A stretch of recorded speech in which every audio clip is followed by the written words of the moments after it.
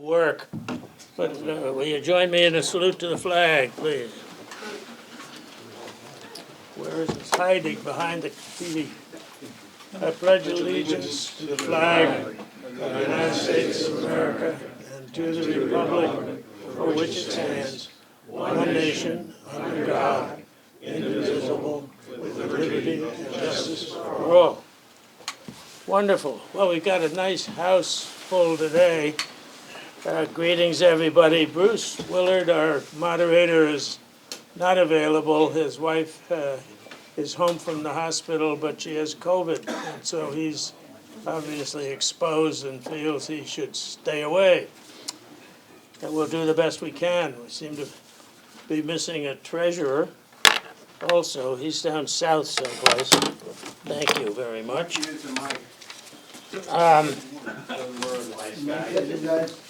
I would like to mention we have some new members. One of them is Bruce Taggart, who would just stand up and wave if you will. We call on new members to say a few words about where they came from and happen to be here, but we're going to postpone that. We've got a full meeting with a lively guest speaker. Secondly, Herb Bader has just joined, he's right over here, and Andy Jablon from the back there. So, greetings, folks. Well, let's give him a hand. Good to have you. Moving right along, we have no treasurer's report.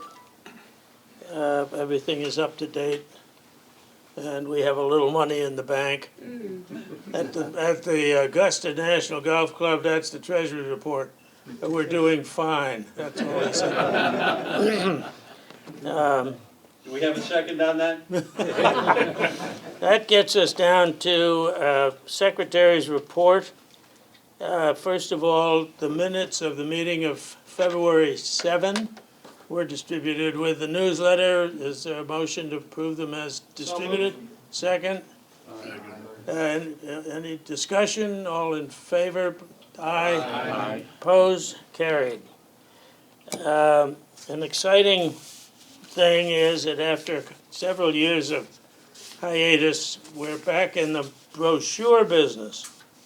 And what we did this time, I found through the art teacher at the high school, I thought we'd have some fun. And she presented an art student who's a junior named Ava Theodorides, and I've been working with her. Now, this gentleman here was interested in the brochure, and he and I submitted to the school our respective mock-ups of what it might include and so on. And I'm proud to say that they selected his version and paid no attention to mine. Even my wife didn't like mine. That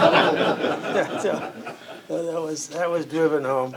Anyway, I did have her put on the bottom that she designed this, although a lot of the format and so on it is attributable to Bill Winter's draft. So I thought we'd pass it around. The problem is I had two copies where both sides were right side up, and now I can't find either one of them.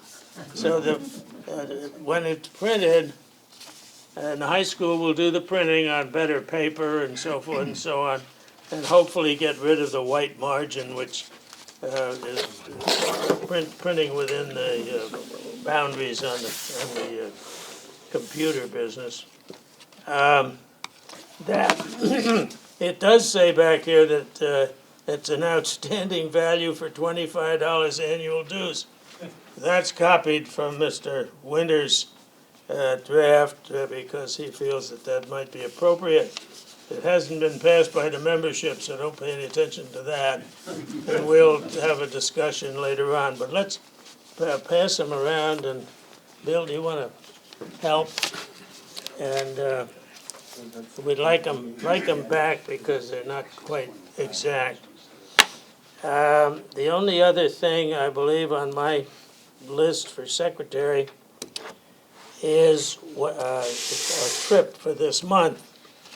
We were supposed to go to the high school on the 28th of February, and they were very indecisive that morning, actually the morning before, or the afternoon before, about what the weather was going to be.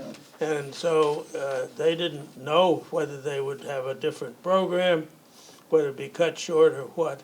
So we canceled that trip.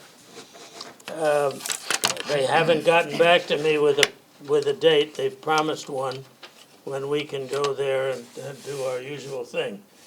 So I'm proposing that we consider a trip to the Widder Pirate Museum on the 24th of March. That's a Friday. They're only open Friday, Saturday, and Sunday. This has been a popular trip before, but they keep getting new stuff. And the Captain Parker's Pub is right next door, and they claim to have the best clam chowder on the Cape. And so we'd walk over there and have lunch afterwards. Sign up if you will. This trip is open for wives to join us because that's where we are today, particularly with our moderator. And if you can drive, and if you can take extra people in your car, that would be noted also. So, Bill, would you start that around, and we'll see how it goes. If we get there's one right attached to. Oh, I'm sorry. Yeah. All right. I can get it out. I believe that's the, oh, well, on the assumption that you will like the brochure proposal, I thought it would be nice if we adopted a resolution of appreciation to Ava, and we get Bruce to sign it, and I'll sign it, attest to it as clerk, just saying that we had a motion carried unanimously expressing to Ava Theodorides of the Mashpee Middle High School their thanks to the members and appreciation for her design of the new brochure, and their wishes for continued success in pursuit of the study of art and design during her academic career at the high school and in graduate work thereafter. We have a motion that's okay. Second. Second, any discussion? Wonderful. All in favor? Okay, now it's time for the program, man. Bert, Yeah. do we have a date for when we are going to the high school? No, they haven't called back yet. Thank you. I will follow it up with the gal that I deal with. It'll be as soon as possible because we should do that. You wanna? Okay. Go. Okay, thank you, Burke. So I'll be sending out an updated schedule of what's going to be going on for the rest of the year later today, so everybody will know where we are. We have just about all of the speakers all lined up. We have a couple extra open spots right at the moment, but those will be filled. We do need, though, to get feedback from everybody on planning the field trips. And right now, we only have 10 responses back on those field trips. So anytime I got something from a member, I would always respond and say, thank you very much for sending this in. If you didn't get anything from me, that means it never got to me. So it got vaporized somewhere between your computer and my computer. So if you didn't get anything back from me and you sent something to me, please resend it. I'll send another notification out today also, just to remind people, let everybody know what the choices were on the field trips, and then we'll be able to work on putting that program together also for the rest of the year. So we have a gentleman from the Osterville Men's Club with us today, Jim, and he would like to just take a few minutes and talk about their program with their club and golfing outings, and maybe that would be something that would be of interest to some of the members here. So Jim is going to talk just for a couple minutes about that. Thank you. Good morning. Morning. I do represent the Osterville Men's Club today, and I'm here to extend an invitation to any of you who might be interested in participating in a golf outing over the course of the spring and the fall. We have as a regular activity of the membership a series of outings at different courses across the Cape, and we're interested in attracting additional golfers because the private clubs that we negotiate with are always interested in maximizing the number of players. You can understand their point of view, and it's in our interest as players to try to maintain real business relationships with these clubs over time, and in order to do that, we need sufficient numbers of players to assure that we can satisfy the needs of the clubs. I'll just mention the clubs that we participate in, and I'll mention the dates as well. It's spring and fall. I won't take too much time. April 24, the Ridge Club. May 1, Willow Bend. May 8, Pocasset. May 16, Indian Pond. That's in, I think, Hanover. May 22, Ocean Edge. May 29, Kingsway Golf Club with a dinner to follow. And then the final for the spring is Coxet, which is off Cape, just near Mattapoisett someplace. Then in the fall, we have basically a repeat of the schedule of the spring with some minor changes. I won't bother giving you all the dates right now. All of the clubs are the same except for with the addition of the Bay Club of Mattapoisett. It's a bit of a ride, but it's a beautiful club, and everyone enjoys it who plays it. So I'd be happy to send the schedule. Will you send me the schedule, then I'll put it in our newsletter. Yep. If I could have some contact information Yeah. so that I could send it along, that would be helpful. And secondly, what level of excellence do you demand in this kind? In this newsletter, there's going to be information about trying to restart this club's old golfing outings, which were on Monday mornings. We had about 3 reserved tee times, so that would be 12 people, and they were usually filled.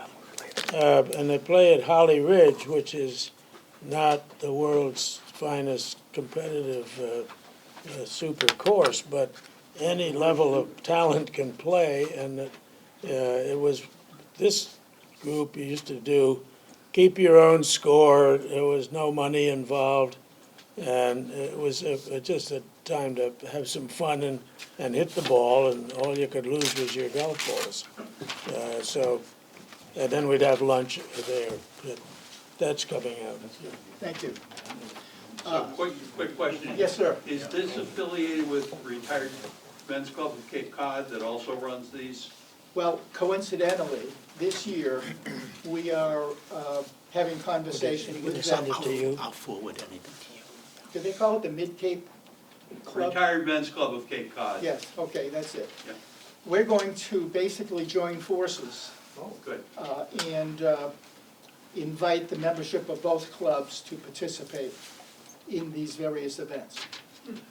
And they had a set fee for the year at each of the events. Is that, I don't know, what's it up to, or have you figured out what the cost will be for playing those great courses? There are fees associated with each particular club. They range from $80 to as high as, in a couple of cases, $120. When a handicap is required, or you will be assigned a minimum handicap, or I should say a maximum handicap. Many of us qualify for the latter, by the way.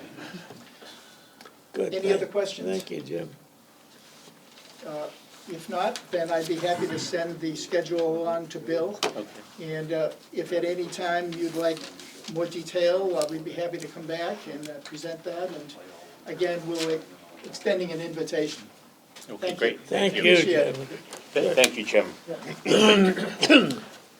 So the speaker today is going to be talking about wild bears, and I've had a little bit of experience with that. I was up in the Northwest Territories of Canada a number of times, and one of the times that I went up there just before I arrived, there was a survey party that was up there, and a polar bear came out and stopped and unfortunately killed the last person in line. And when I was up there, they would have people on skidoos traveling around the drill rig 24 hours a day, armed, to keep the polar bears away, and you were not allowed to walk off of the rig because you could become a meal. So it is very real. Our speaker today is Patrick McGinty. He's a resident of Bellingham, Washington. So thank you so much for traveling all the way across the country to be with us today, Patrick. He's a lifelong adventurer, former Marine. Thank you for your service. And he's hiked all over the mountains of the U.S. and Canada, including Alaska, the Yukon, Canadian Rockies, and the Wind River Range in Wyoming. He's also the author of a book, A Bike Ride Across America, a 3,411-mile journey of discovery, which is available on Amazon, of course, like everything is, which chronicles his 2019 bike ride across the southern tier of America. And he did this alone, solo. Today, Patrick is presenting on bears and talking about a very close encounter with the grizzly that was so close he could have touched its head. I'm glad I wasn't there. Presenting surviving a very close encounter with the grizzly bear, lessons learned. Please welcome Patrick McGinty. First of all, I want to thank Bill for giving me this opportunity to speak with you today, and I want to thank all of you for coming. As Bill said, I'm from Bellingham, Washington. I'm here because since my dad died 4 years ago, I spend my winters here helping my mom get through the winter, and I go on adventures when I get back to Washington for the next 6-7 months. When I was 52 years old, I was sick of my job, sick of the office politics, all that junk, and all I wanted to do was go on adventures. And I said, you only live once. So since 52, I'm almost 58 now, I've been going on adventures every summer. And so when I go on, and I've been doing biking and hiking all over, mostly in the United States. I've been to Iceland, I've been all over the world, but most of my hiking adventures have been in the United States and Canada. And when you go out that many times out in the wilderness, you are going to inevitably come up close, face to face with bears. And so today, I'm going to talk a little bit about that. But before I start, I want to start with a question. How many of you would be afraid if you, your children, or your grandchildren went hiking out into the wilderness and you knew there were a lot of bears? How many would be afraid? Show of hands. I'm glad you're honest. I've been hiking for 30 years and I still get a little pit in my stomach when I go out there. Now I want someone who's courageous to tell me, what are you afraid of? Anybody? What are you afraid of? My ex-wife. Well, more than a bear. If you go out in the wilderness with bears, what are you afraid of? Anybody? That they might attack you, yes. And that's very understandable. And that's understandable because bears are big, smart, fast, strong, and they can be kind of scary. And hungry. and hungry, yes. And they don't have great eyesight either, so. I will talk about that in a second. But yes, so my 1 second. Oh, so what I'm going to be talking about is a little bit about bears. Then I'm going to talk to you about my most recent, very close encounter where, yes, I almost could touch its head. I'll tell you about that and how I survived that. And when I do tell that story, I want you to put yourself in my shoes and ask yourself how you feel and what would you do. And then I'm going to give you a few lessons I learned from having close encounters with a bear.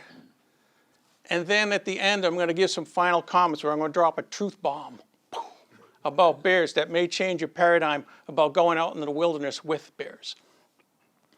So when it comes to bears, there's three kinds of bears. There's black bears, there's brown bears, and there's polar bears. I'm not going to talk much about polar bears, but they are the largest. They could be between, on average, between like 600 and 1,200 pounds, stand 10 feet tall, and they are quite dangerous. They are the biggest bear. But the only place you're going to see them is when you're way up north by Churchill or way, way up north. So your chances of seeing one are rare, but it's funny. I've talked to two people in this room who have seen a polar bear. I've never seen one, so that's pretty good on you. But if someone says they went to the South Pole and they said they saw a polar bear, you know they're full of BS or they've had too much sauce, because you've only seen polar bears in the North Pole and you only see penguins on the South Pole. So just that's a little trivia for you. But most likely, if you're going to see a bear in North America, you're going to see a black bear. Now, black bears are a little smaller. When you see a black bear, they're usually between 100 and 400 pounds. Now, the interesting thing is the biggest bear I ever saw was a black bear. But if you see a bear in, say, May, they're kind of skinny because they come out of their den. But when you see them in October, they could be pretty big because they can gain as much as 30% of their weight. And the black bear I saw was probably up close to 600 pounds. So they can be pretty big, especially in October. Now, what really defines a black bear, another thing is they're called black bears, but they also could be chocolate, cinnamon, blonde, white bear. Actually, Chris has told me he has seen what's called spirit bears in British Columbia. Very rare to see. I've never seen one. But when you see a black bear, how you can tell is it doesn't have a hump. You don't see a big hump in the back. It's got a longer face and big ears.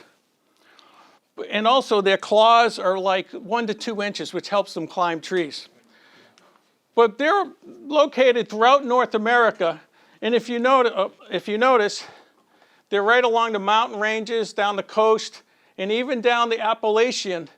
And there's 600,000 black bears in North America and 300,000 in the United States. Can someone tell me how many black bears you think you have here in Massachusetts? 4,500. You have 4,500, mostly in the western part of the United States. That surprised me because you got about the same number as New Hampshire, which really surprises me. And now mostly they're in the western part of the state, but they are starting to come this side. And even my brother lives up in Chelmsford, which is near Lowell, and they had one in the back of their yard. And supposedly in 2012, a black bear swam across the Cape Cod Canal and hung out on the Cape and recognized the traffic was a bit much, so they swam back. So that's black bears. The other class of bear are brown bears. Now, grizzly bears are part of the brown bear crew. Now, grizzlies, when you see a grizzly out in the wild, they're usually between 200 and 600 pounds. And they're really big. But a lot of you might be familiar with Kodiak brown bears. They're really big. They could be 600 to 1,000 pounds. Now, this probably grizzly bear right here, probably 400, a little over 400 pounds maybe. The largest recorded brown bear in Kodiak was 1,656 pounds. It's 4 times bigger than that big beast. The thing that really separates out grizzly bears is they can be brown, black, or blonde. I have seen a blonde one way up near the Arctic Circle. But normally they're brown. But what really defines them is this hump, this huge hump. And what that is muscle. So when they dig up for roots and stuff and dig for animals, they have extremely strong shoulders. Also, they got more of a dishpan face and smaller ears. But the other thing that really defines them are their claws. It's like the Wolverine. They're like 3 to 4 inches, and yes, they can rip open a tent, they can rip open anything with them suckers. But the interesting thing is their habitat was the western United States, but nowadays it's mostly Canada and Alaska. But it used to go all the way down into Mexico, and I find it really, there's some thriving crew down here in Mexico still. And what's interesting is that if you look at the California state flag, it actually has a grizzly bear on it. But there hasn't been a grizzly sighting there since 1920. So there's 60,000 grizzly bears, only 60,000. 29,000 Alaska, 30,000 in Canada, mostly along Yukon. But there are about 1,000, 1,500, mostly in like Montana and Wyoming and Idaho. The thing about grizzly bears, oh, piece of trivia, by the way. Smokey the bear was a black bear, and Yogi Bear was a grizzly bear. Very skinny one, very skinny one. Now, someone I heard here said that bears have bad eyesight. Not true. And I'm going to tell you why. Bears' eyesight is very similar to human eyesight. They can see shapes, they can see colors. But sometimes grizzly bears have binocular vision, so they kind of look like this, and they have to turn their head. But where bears have really good eyesight is at night. It's 50 times better than a human's eyesight at night. So if you notice, they do a lot of damage at night because they can see really well. Hearing, a lot of people think that bears can't hear. Bears can hear twice as good as a human. They can hear higher pitches, a bigger range of noise, and they can hear a human voice from 300 yards. So that's why it's important for you to make noise, so they can probably hear you before you're coming. Now, the reason why people think bears have bad eyesight is because they don't rely on their eyesight or their hearing. They rely on their sense of smell. To give you an idea how strong their sense of smell is, do you know, like when you watch a crime drama and they have, they bring out the bloodhounds and they find the dead body or they find whatever with the bloodhound because they can smell really well? A bloodhound can smell 300 times better than a human. That's pretty good. How many people think that's pretty good? That's pretty good, huh? A bear can smell 7 times better than the bloodhound. So if you got that Snickers in your tent, they won't smell it. Yes, they will. So when you see a bear, most of the time, you'll probably notice it now, but you might be looking right at it, and they're doing this. They're smelling you. A bear can actually smell food source from up to 2 miles away. So that Snicker bar is not hiding it, fooling anybody. They can smell a dead carcass in the right temperature and environment up to 20 miles away. And if you think that's impressive, a polar bear could smell a seal in the right conditions up to 40 miles away. So their sense of smell is unbelievable. And actually, Yellowstone researchers were tracking a bear following a sow in heat, and they saw the bear going towards the sow, and it was right on the hill. And they could easily see it.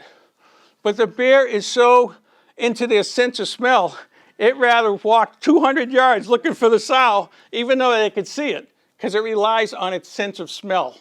So bears live on their sense of smell. So don't be fooled that they don't have good eyesight. And they do have good eyesight at night. How strong are bears? Bears are 5 times stronger than the average human. 5 times. So when you see that little bear, you're like, oh, how strong can that be? That little bear is stronger than the strongest human. That little bear. Imagine what a big bear is. So researchers decide to have a little experiment. They put a big food cache behind in like a cave-like thing. They put a rock that was over 500 pounds in front of it to see what the grizzly bear would do. The grizzly bear came up to it and just moved it with one paw. Big grizzly bear. And grizzly bears are a bit stronger than black bears. Now, Do you know how, and bears are fast. How fast? Do you know how like boxers and they punch? A professional boxer could punch about 25 to 35 miles an hour. Bruce Lee could probably, back in the day, hit you like 45 miles an hour. A bear will swat at you 70 miles an hour. So you don't want to be having Bruce Lee would have got his ass kicked, okay? And also the crushing power of their jaws is about 1,000 pounds per square inch. What's that equate to? They could put a bowling ball in their mouth and crush it. Could you imagine what they could do to your cranium? So they're really strong. Now, when I hear people say, well, if I see a bear, I'm going to run. How many people are going to run from a bear? How many people think they can run faster than a bear? No. Let's take a look. This car in this video, let's see, is it working? Uh-oh, it's not working. Oh, there we go. It's going 38 miles an hour. I'll send this to you. The average human can run, like in good shape, can sprint about, maybe you might hit 15 to 17 miles an hour if you're like in good shape. Usain Bolt, the world record men's holder in the 100 meters, he hit 27.8 miles per hour at some point in his race. A grizzly bear can run up to 35 miles an hour. And that's fast. And I know some of you are thinking, well, that's just a short distance. Yellowstone National Park researchers clocked a grizzly bear running through the meadow 25 to 28 miles an hour for 2 miles. So if you think you're going to outrun a bear, that's not happening. Okay? How many people think they can out-climb a bear up a tree? Anybody? All right. Let's check this out. All right. Yeah. Oops. Notice that's a, oh, actually, you know something, I have the wrong presentation on here, but all right, I'm going to have to go roll with it here. But anyways, you cannot outrun, and I've seen them run up bigger trees faster, okay? So if you're in a pickle and you think you're going to run up the tree, that's not going to happen. A black bear can chase you up the tree. And also, people say, well, what about grizzlies? Because they're so much bigger. No, the grizzly might try to push the tree over first. And the grizzly can climb the tree, but he might deem it, I don't want to waste my energy after that puny thing up there. Okay? They can do it, though. So when it comes to food, everyone thinks of these crazy things you see in Hollywood. Bears are omnivores. They'll eat anything. 85% of what they eat is like grasses, shrubs, bugs, those kind of things. And only 15% are meat, kind of like squirrels, dead carcasses, young animals. But bears can take down a moose, an elk, they can. But 85% of their diet is actually like grasses and things like that. But they are eaters of opportunity. In Alaska, when I used to live there, they said if you want to see a bear, just go to the dump, because they will go there. They will take out your trash and eat out of your trash. And as you can see here, they will eat out of your birdseed. But check this out.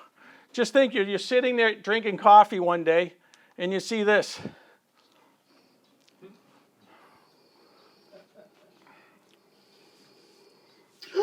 Checking the safety of the line. That's awesome. Oh my God. And this is a black bear, of course.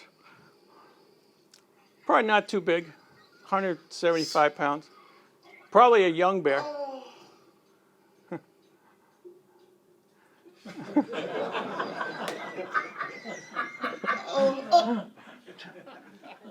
Now, if you think you live on the 3rd floor and you bake that pie and you put it on your window safe, look at this bear. Actually, in British Columbia, I saw a bear climb up the side of, they had a story of the bear climbed the side of the house to get to the pie up on the 3rd floor. They're very, very good climbers. The last thing about bears is that they're smart. You see, they do word association. You ever hear a fed bear is a dead bear? Because once you feed a bear, they just associate every human's going to feed them. That's why you never feed a bear. But they also have association like, you know those igloos that have food in them? Once they get into an igloo, whenever they're walking around a campsite and they see an igloo, they're like, oh, there must be food in there. So that's why it's important to have a clean campsite, because once they get digging in, they're digging in. And they're smart. They know how to navigate real well, and they have very good long-term memories. Okay, so, and actually, they're so smart, they can get in the cars. On this next one, this next video, I want you to see what the bear does, how the people react, and then how the bear reacts to the people. There you go. Oh, what happened there? Oh shit! Look at the bear standing up.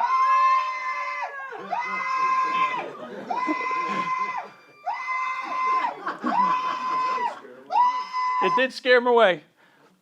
So if they didn't scare him away, the bear was going to go in there and totally destroy the car. But you notice the bear could go up and open your car door and go in there. So bears are big, strong, fast, and smart, and they can be a little scary. But when do they attack you? Four opportunities to attack you. First one, when you surprise them. So when you're hiking, you're not making any noise, you turn the corner and there's a bear, that's a bad situation. They can attack you. That's especially bad if you're riding a mountain bike and you take that corner. And 2 years ago, there was a park ranger on off-duty riding his mountain bike, and he got mauled by a bear because he took the corner. The bear mauled him because he thought he was getting attacked. And the ranger had bear spray, but it was too late. That grizzly bear just attacked him, killed him. But they didn't kill the bear because the bear was being a bear. But that's one time, is when you surprise them. The second time is, I don't know why, but when people see cubs, they want to take pictures. You never want to be between the cub, you've heard this before, the cub and the mother. You see cubs, you get away because you know mama's around. And if they feel threatened in any way, they will attack you. The third is they're protecting a food source. One time I was in Alaska out in the middle of nowhere. We're on this little animal trail, and off to the side was a 3/4 eaten caribou. It's just the parts of its legs were left, and it had a bunch of bushes over it. That was probably a bear kill. You know what was more disturbing? Its 4-foot vertebrae was lying in the middle of the trail. That was kind of disturbing. But that's a very dangerous situation, because if the bear's around, he's going to come attack us. But also, if he's in your camp and he steals your food and you want to get your food back, no, that's the bear's food now. The bear might defend his food. So you don't want to be in that situation. And that's how a lot of people get in trouble. And the fourth is when people are predatory bears. Predatory bears are extremely rare. This is what you get in Hollywood. You see all those Hollywood movies, the night of the killer bear, you know? Very, very rare, extremely rare. But the only actual document that I know of, I mean, I'm sure it's happened, but it's extremely rare. Has anyone seen a Grizzly Man? The movie Grizzly Man. Oh, very interesting movie. At the end of the movie, the guy was really enthralled with Kodiak brown bears, and he took all these tremendous pictures. But at the end, there was a sick bear that couldn't hunt, and it ended up eating him.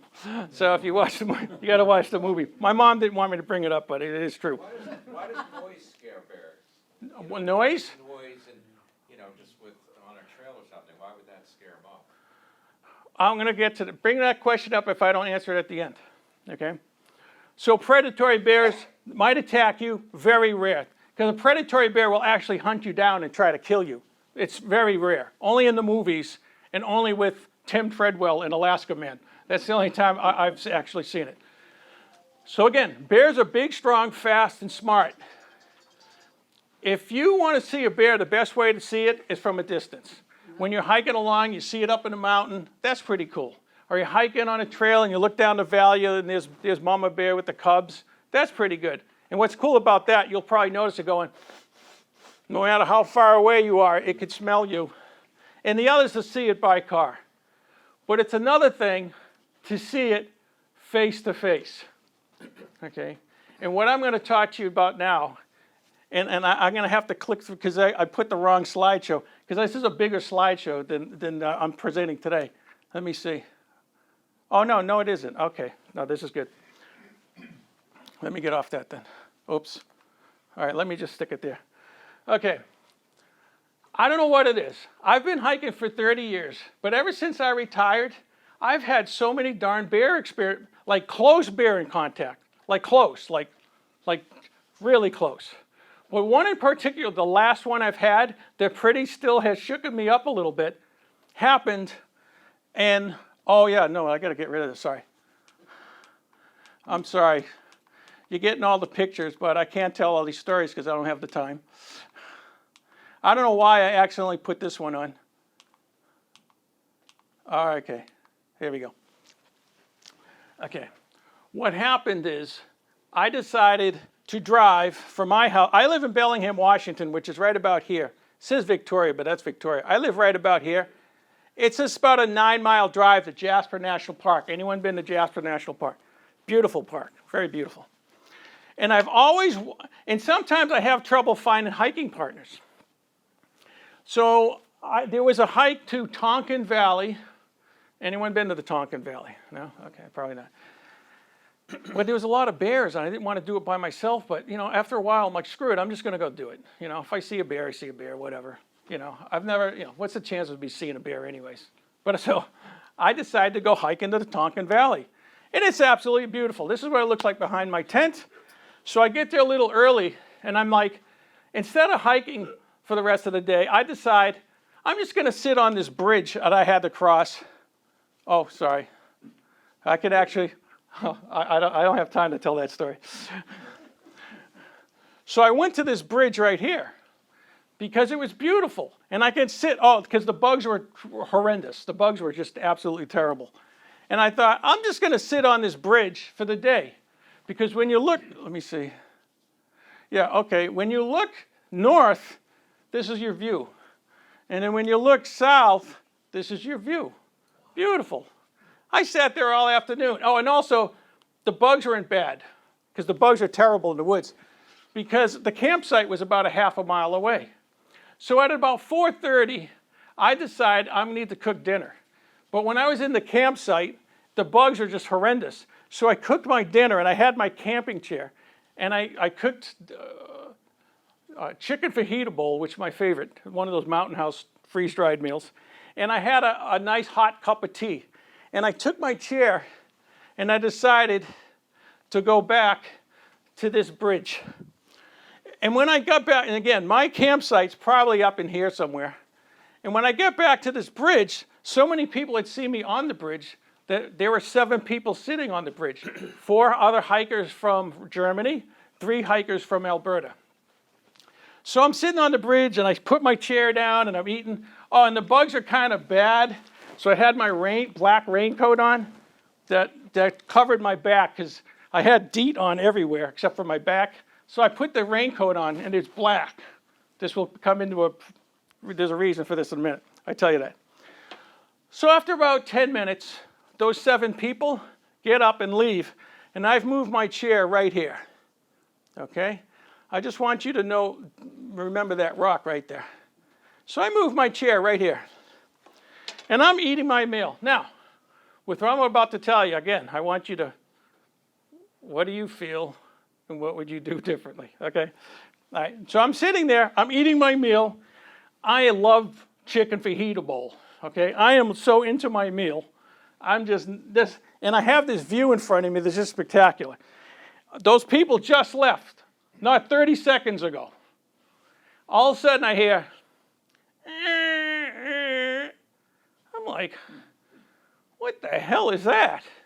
But I'm so into my chicken fajita bowl, I don't care. I just figured I had some noise. And I just about finishing my chicken fajita bowl, and I hear, I'm like, what could that be? Could it be this? And it was kind of a rushing stream. I took it as, maybe it's the rushing stream because I'm so into eating my food that I don't really care, Well, then all of a sudden I finished my chicken fajita bowl, And I just put it down, and I put my spoon down, and I'm sitting, again, I'll just say this is my chair. I'm sitting in my chair just like this, and I hear some weird noise. And I'm like, and I decide I'm going to slowly turn, I'm going to turn and see what the hell this is. I don't feel in danger in anything. And again, less than 5 minutes ago, there's 7 other people on here. All of a sudden I turned slow, thank God. In my peripheral vision, the bear's face was right there, looking at me. Remember, I have a raincoat on, so it probably doesn't know I'm a human for some reason. And all of a sudden, now this is where everything I'm about to tell you happens in microseconds. I turned, I just saw the periphery, and all I could think of is, holy shit, there's a grizzly bear behind me. And every part of me just kind of froze. But then at the same time, every part of me wanted to run for it. But as we all know, you don't run for it, because that could threaten the bear and it could chase you. Because I don't even know what the situation is yet. The next thing that came to my mind, and it's funny, I had to even ask myself, I remember asking myself, I hope I brought my bear spray. And I looked, and again, this is all microseconds. I looked down, and I had loose nylon shorts, and I looked down, and I just happened to have my bear spray right here with the nozzle pointed out. I'm like, thank God. In my mind, I'm like, thank God. And I slowly, because remember, I got my raincoat on, and the grizzly's right there still. It doesn't know. It's like it knows something's wrong, but doesn't quite know what the hell's going on. So I went and I remember I popped my safety, and I knew I had to do something, because the bear's right there. I don't know if the bear's jumping on the bridge, and you're going to see later how easy it is for this bear to jump on the bridge. Yeah, I'm right here. The bear's right here. I'm right here. That's how close it is. The bear's here, and I'm right here. There's something else there too. I'm going to tell you in a second. I knew I had to say or do something. So don't ask me why. This came to my mind. So again, ask yourself what you would do. How are you feeling right now? Probably not good. Because I'm like, holy shit, there's a grizzly bear. I don't know why. I looked right at him, not in his eyes, and I was this close. Looked right at him, and I said, hey, buddy, you're a little too close. If I had a camera and took a picture of that bear's face when I said that, I'd be winning all kinds of awards. Because it would be like you hiking the trail and you go by a big tree and it says, hey, buddy, you're getting a little too close. He had the WTF look on his face. He's like, and all of a sudden, after I said that, well, now I'm going to be facing you, because let's say you're the bear. Yeah, there you go. I'm this close to the bear. I immediately took out my bear spray all in one motion. And as I'm doing this, the grizzly bear is freaking out. It's something about my voice freaked the bear out. And it started jumping and slapping the water. And it just started jumping like right in front of me. I don't know if it's going to come at me. But here's the weird part. I don't remember. It was jumping and splashing and jumping and splashing. But here's the weird part. As I'm standing up, there were two grizzly bears behind me. Whoa. There was a second one, and they started running across the river. And at first, I thought it was a male and a female, because that one was a little smaller than this one. And so my holy shit quotient is like really going up now. I'm like, but it's weird how your body, what your mind does. I was fairly calm because I knew that's the only thing I had. I mean, I'm not going to beat it up. I'm not going to run away. What can I do here? So what I did is I just stood up and just luckily very quickly took out my bear spray and got in a very strong stance and just stood there with the bear spray. We call this in the Marine Corps locked, cocked, and ready to rock. Because if this bear even moved close to me 1 inch, I was going to blast it in the face. And this was a new can of bear spray, so I hoped it worked. But the bear is jumping in front of me, jumping and splashing. It doesn't know what the hell it's doing, right? And I'm sitting there like, holy shit, there's another bear over there. I don't know what's going on. And all of a sudden, luckily though, this whole time, it was slightly moving backwards, because then it jumped up on this rock. and it looked right at me like it still didn't know what to do. And don't ask me why. I looked right at him and said, "Hey, buddy, you're still too close." And there was something about my voice that all of a sudden it jumped off this rock, but luckily it was still moving backwards. And it jumped off the rock and it kept splashing the water. Now, I was starting to feel a little better because at least it was moving backwards. But it's still, this is like 15, 20 feet right there. It's still kind of close, but it's moving backwards. And for some reason, in my mind, I thought, I better take a picture of this because my friends aren't going to believe me. Don't ask me why that came across my mind. Because on the other pocket of my nylon shorts, I had my phone, and I pulled it out. And I put down the bear spray because it's moving backward. I feel slightly better because if it came charging at me, I still had time to just pick it up and shoot it with the bear spray. I decided to take a picture before it jumped on the next rock. So it's doing this up and down thing, right? And it jumped up in this rock, and again, it looked right at me. I didn't look at its eyes. I just said, "Hey, buddy, you're still too close." And then after that, I took, because it was looking at me, I couldn't take a picture at that moment because I had to keep my profile. But once I said that, all of a sudden the bear was like, "I don't know what to do." Look at it. It's like a cognitive dissonance at this point. And then it started jumping in the water, and it kept looking off. And I have my posture. I'm not moving, because this is important. This shows that you're not afraid of the bear.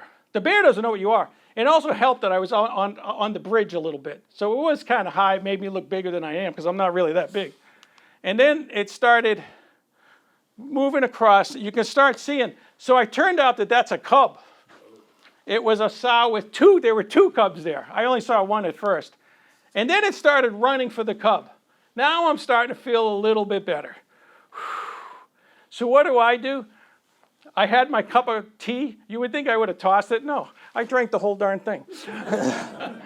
But the thing is, when I got down like this, and I drank my tea, and I looked to see where the bear was, another instamatic moment. I wish I got it, because the mama bear and the two bears were probably about 150 feet away, looking right at me, like wondering what I was doing. Like, what am I? Because now my profile's not big. I don't look too intimidating down here to the bear.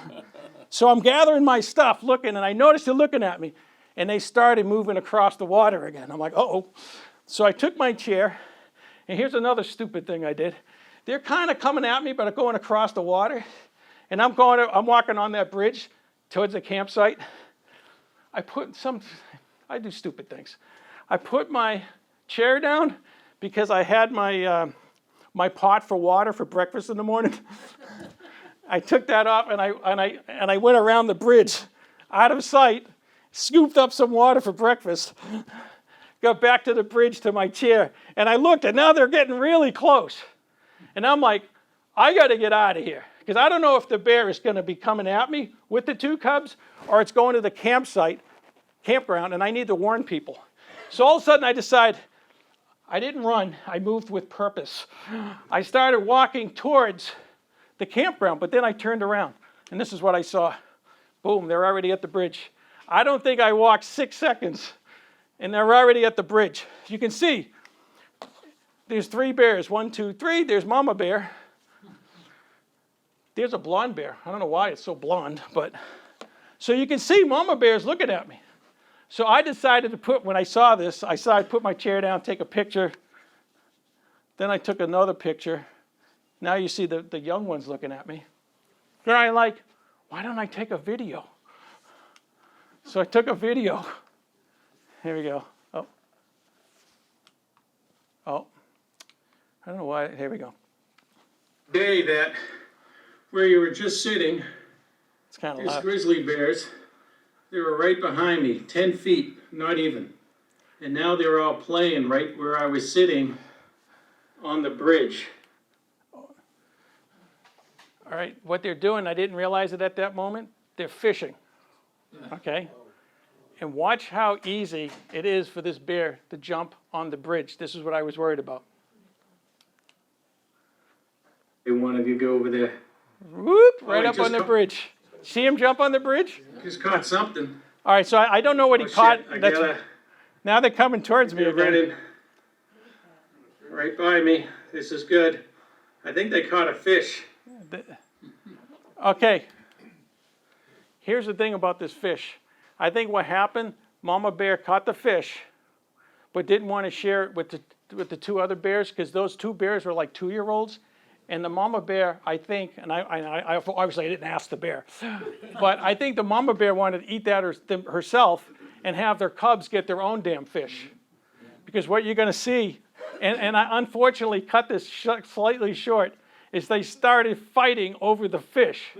And if you saw the ferocity of them fighting, I got the hell out of there. Because they kept looking at me, and I thought, hey man, if they're not going to be mad at Mama, they might start getting mad at me, okay? I need to get out of there. So watch. Nick, So I it looks gotta at, go though. Too close. see it started ripping. So this all so it started like, they started fighting, and I'm like, I'm getting out of here. So all of a sudden, this is my time to get to the campground, warn people that there's bears down there. When I went down there, like 20 minutes later, they were gone. But what's funny is that night I had trouble sleeping because I'm like, I can't believe this happened. I didn't even know it was there. I never planned on it. It just happened. And I wondered what happened because I never heard it. I wonder why I didn't know I was human, why it didn't smell me. Here's what I think. I think those bears were there and noticed there were 7 people, and they didn't know what that black thing was in the middle. Because remember, I might have looked like a stump for all they know, right? And as soon as those 7 people got up and left, Mama Bear and the 2 cubs started fishing because there were a lot of fish in the water. And I think they had their noses down, and they didn't even realize there was a human on that bridge until I turned around and surprised the bejeebas out of it. And I think the grizzly didn't know what to do. Like, do I attack? And that's why it was jumping up and down, trying to intimidate me. But because I had a strong profile, I just stood there. It wants to intimidate me to reduce the threat. But at the same time, you don't know if I moved, it would attack me because maybe it thinks it's threatening the cubs. And so that's all they could come up with, but it freaked me out and I couldn't sleep. The next day I hiked out and I talked to the ranger, and they said that that bear and the sow and the 2 cubs had been seen by many people, and that it was a very ornery bear, and that it never attacked anyone or did anything bad, but it scared a lot of people because it would never relinquish the trail. It would just make sure people go around it. So I was lucky it never did anything with me. But what did I learn? Lessons learned. Always carry bear spray.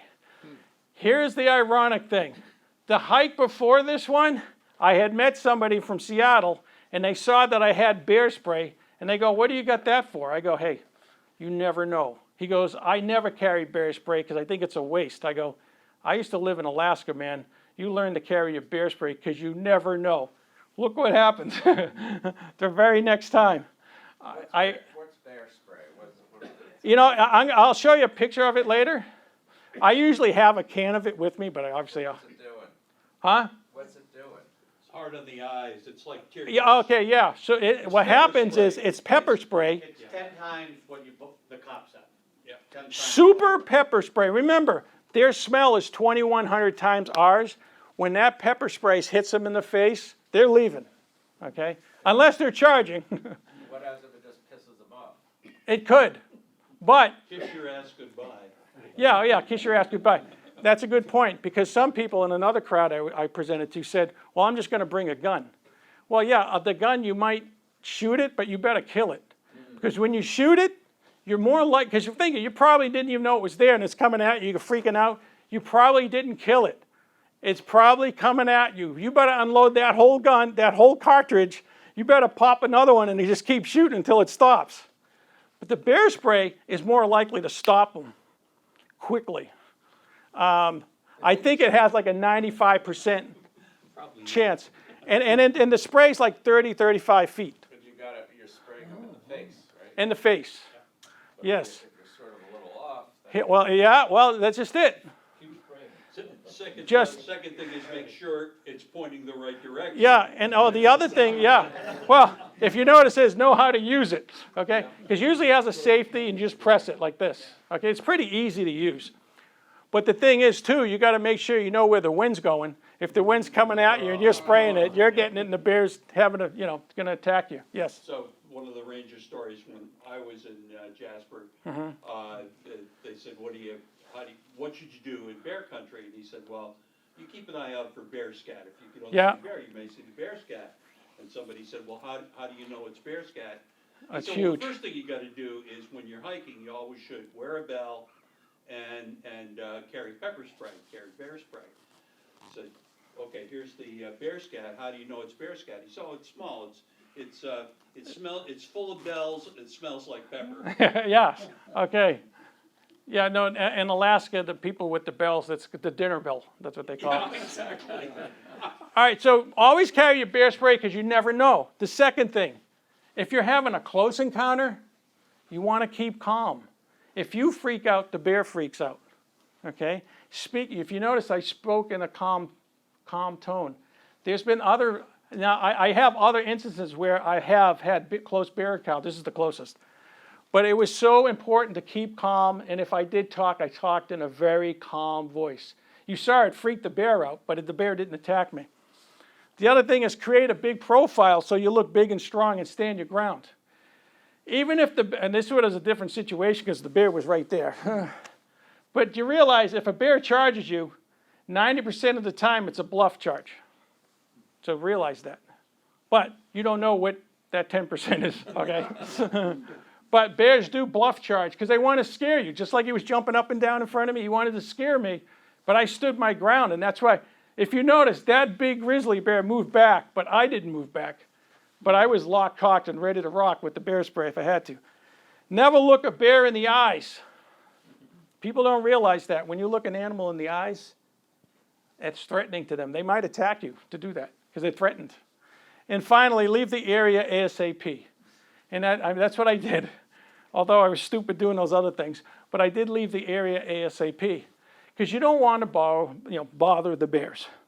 Now, again, I started this presentation talking about, are you afraid of hiking in the wilderness? And most of you said, yeah, I am afraid to go out in the wilderness.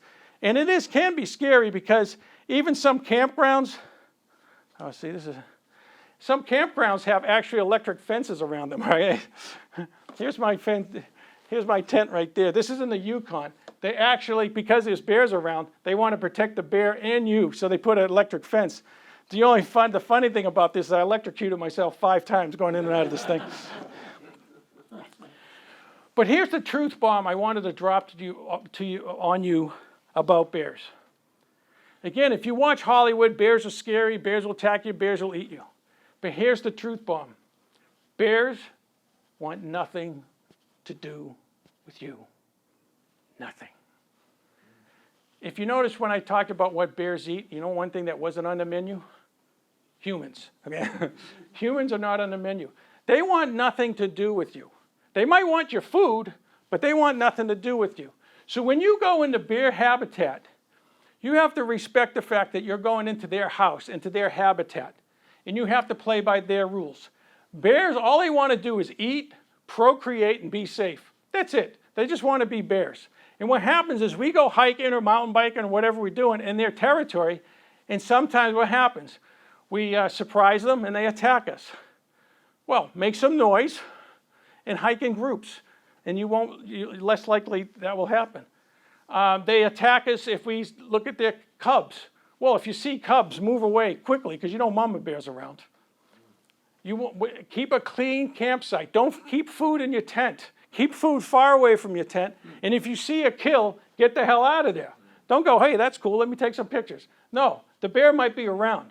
So we have to, and always carry your bear spray, okay? Now you talk about bear attacks. They're extremely rare. Let's take Yellowstone National Park. Yellowstone, 5 million visitors. Can anyone guess how many bear attacks a year there are in Yellowstone? 2.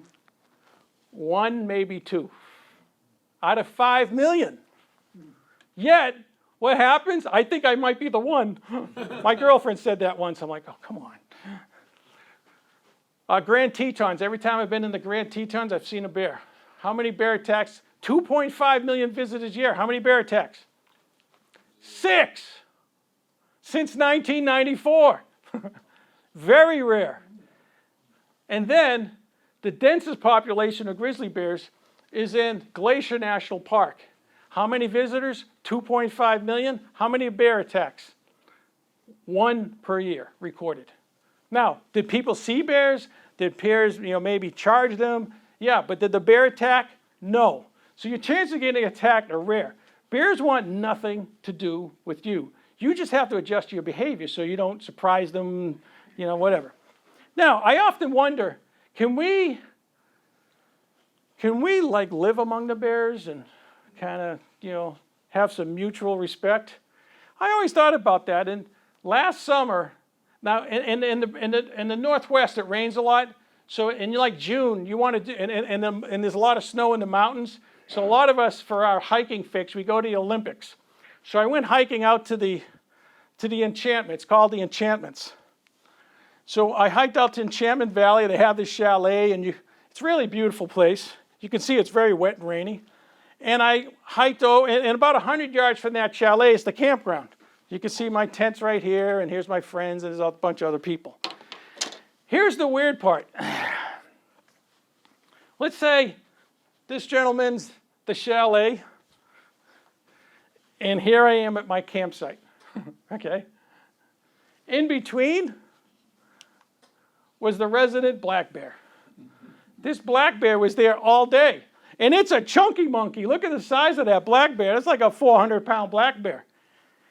When I hiked in, I'm like, holy shit, there's a freaking black bear in the meadow, like right next to the campground. And it looked at us, and what did it do? It just smelled us and went, humans, and it went back to eating its grass. And then we camped, and no one seemed bothered by the bear.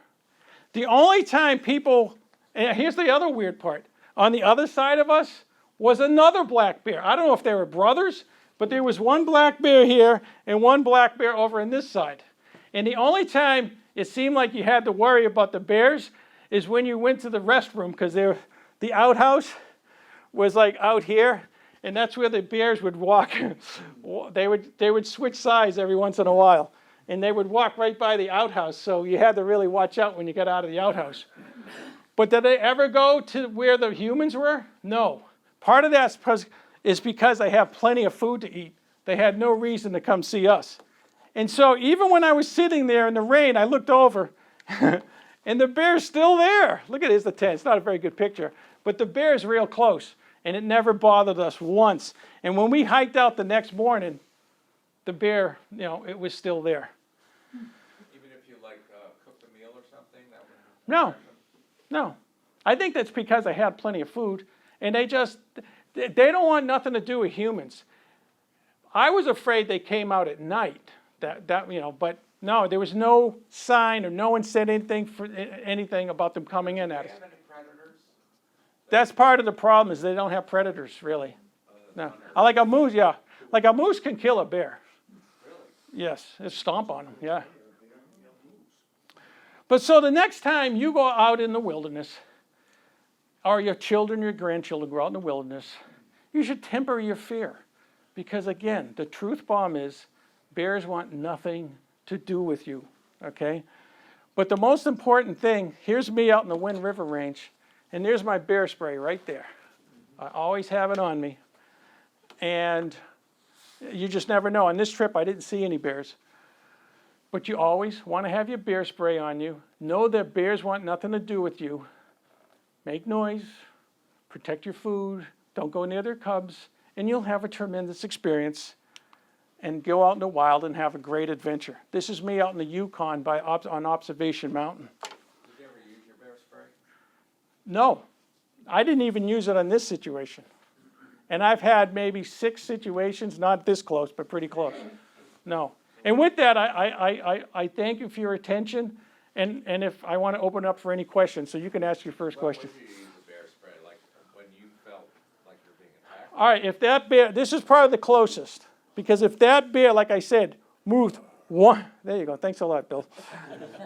Moved not even an inch towards me, I would have blasted it. But I made the decision, now that's another interesting thing, why didn't, it's that close, why didn't I blast the grizzly bear?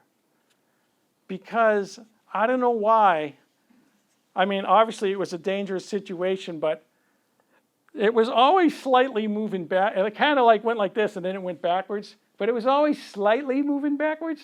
So the fact that it was doing that, I didn't spray. I mean, it was right there. I could just, it would have been it. If it had at any moment, just even a fraction of an inch. Because remember, you saw how easy it was to jump on the bridge. I thought it was coming on the bridge with me. But it didn't. It kept moving back and I didn't spray it. Yeah, but it could have swiped you. So I was kind of high, so it might have tried, but I mean, it might have, but I don't think it would have got me. I don't think. I don't know. Bill? So if you're in that kind of a situation and you're 2 feet away from a bear and your bear spray malfunctions and the bear is in a bad mood and you're looking like a hamburger to the bear, should you get into the fetal position as the absolute last resort? That is a good question. I think, again, if the bear, I would just probably, that's a tough one. That's a tough one. Because if the bear's moving backwards, it probably might be better just to stand still. But yeah, if the bear moved even a fraction of an inch and your bear spray malfunctioned, holy crap, that would be a bad situation. Yeah, the only thing you could do is to get in the fetal position to cover your head and your organs. And if it feels threatened, it's more likely to grab you and shake you and make sure you're dead, or you're not going to be a threat. Because they're probably not going to want to kill you and eat you, which Hollywood will tell you what they're going to do. No, they'll just grab you, shake you to make sure you're non-threatening to their cubs. So yeah, so that's a very good question. Oh, if you ever had that situation, you better sue that manufacturer. Yeah, you would get into a ball. Now, that's interesting is if that was a black bears are more timid. They're more likely to run away. But they say if a black bear attacks you, and they're a little smaller, but they're still strong, if a black bear attacks you, you should fight them with all your life. Because if they're attacking you, that's most likely a predatory bear, which is very rare. But a grizzly bear will want to neutralize. They won't run away. They might run away, less likely to run away. They'll do all the things that might scare the crap out of you because they're huge. It's weird to have a big 400-pound bear jumping up and down in front of you. I almost don't even remember it. I remember him jumping up and down, and because I was looking at the other bear, like, holy shit, there's 2 bears. Other questions? You normally go by yourself, or? Yeah, not all the time. Like on this trip, I hiked with another guy, and actually, I had pictures of where I'm going this summer, which is really spectacular. We're going back here. But I was with a guy from Canada here, because he was taking the picture, obviously. And I was supposed to go with another guy from Germany, but he got COVID 2 days before we left on this trip. And we had to get on a plane. How unfortunate is that? So we're driving up to Alaska, to the Wrangell, St. Elias, and the Yukon. And I told him I would do this hike with him, which was one of the most spectacular hikes I've ever done. And there's no one here. We're the only ones in the middle of this mountain. There's no one. We had to cross 2 dangerous rivers and up a real steep mountain to get here, which might be another presentation we got for next year. Other questions? Yes? Do you recommend bringing a satellite phone? They actually, in the Yukon, they definitely would like you to bring one. They're expensive, and I am semi-retired, but not in the big bucks. And I've hiked for years without it. But yeah, would it be a good idea? Definitely on this hike. Definitely. Yeah, and if a bear attacked me, would it be nice if I had a cell phone to contact emergency? Because they have an SOS button. Yeah, that would be great. But they're kind of expensive. Because they're not only like $450, but they're also like $20 a month or something like that. So yeah, I don't have it. They prefer that you have one on this hike and actually the places we're going this summer. But yeah, no, we don't have one. It's kind of scary, but that's why it's good to go with somebody. Because if you get mauled, you fall, you do something, you got someone to help you out. Any other questions? Just a comment Yeah. back, my experience at Jasper was back in the seventies, and they were not doing a very good job with, trash. And bears were in the, provincial campground morning, noon, and night. And you just needed to be aware of where they were, but they were totally unafraid of people. Yeah, Because we were a food source. And literally, I saw a bear get into one of the dumpsters inside, yeah, and people would come up with their trash to go in, and up would be the arm grabbing it. Really? Thank you, delivery. and again, I'm surprised the Rangers don't, when was that? Was that a long time ago? 70s. Oh, things totally changed now. Yeah, they They- had bear-proof trash. They have bear-proof and all trash, that. yeah. Yeah, other because that issue- habituates the bear. Yeah, the other issue people need to know is, and you mentioned it when we were talking, when we were doing that, we had one place where we put our clothing that we had cooked in, Yes, would not be in the tent with us. yes, because people do that. They cook their And- food like fish, Yeah. and they think, Things oh, I'm like- gonna put everything over here, and if it smell like fish, they go to Things like bed. toothpaste, Yeah. even will attract them, and women who are having their period is another one you had, when you were backpacking, you. That hasn't needed been to plan. proved, but it's usually good to, be on the safe side. Yep. It's funny, well, no, I don't wanna tell, I got 1,000 stories. Any other questions? I have a question, I have a comment. Yes, My only experience with a bear, I lived 13 years in northeastern Vermont near the Canadian border. A lot of woods, a lot of wilderness up there. And every time we would go to play, not every time, but a lot of times we go to play golf on the golf course. On the 7th hole, only on the 7th hole, would be bear scat. yeah, there must have been a bear around. So we had a handicap on the green. There you go. Any other questions? Do you think there should be bear hunts and, I don't know, Massachusetts, was it a 2-day hunt here or something? I don't know anything about the hunting, really. And that's up to the state, because different states do different things, and people want to go hunt. Because sometimes the bear populations get too big, and sometimes they do have to bring them down, but I don't know anything about hunting, so. Pat, thanks very much. Thank you. Thank you. Appreciate it. Bill, hang on, because we've got the man coming with a basket. Oh, We'll have to draw the winning number. oh, the winning ticket. Yeah, Can I have a couple minutes? yeah, oh, yes, please. I don't know why I always have to beg for time. Anyway, you gentlemen, you saw the table back here? And did you pay attention to it? Did you sign up? Well, this is very important. It's our once-a-year fundraiser for the Boys and Girls Club, for their scholarship program and also for some of their operating expenses. We have made arrangements with Stop and Shop and Roach Brothers to spend 4 weeks, 4 Saturdays at each one during the months of May and June.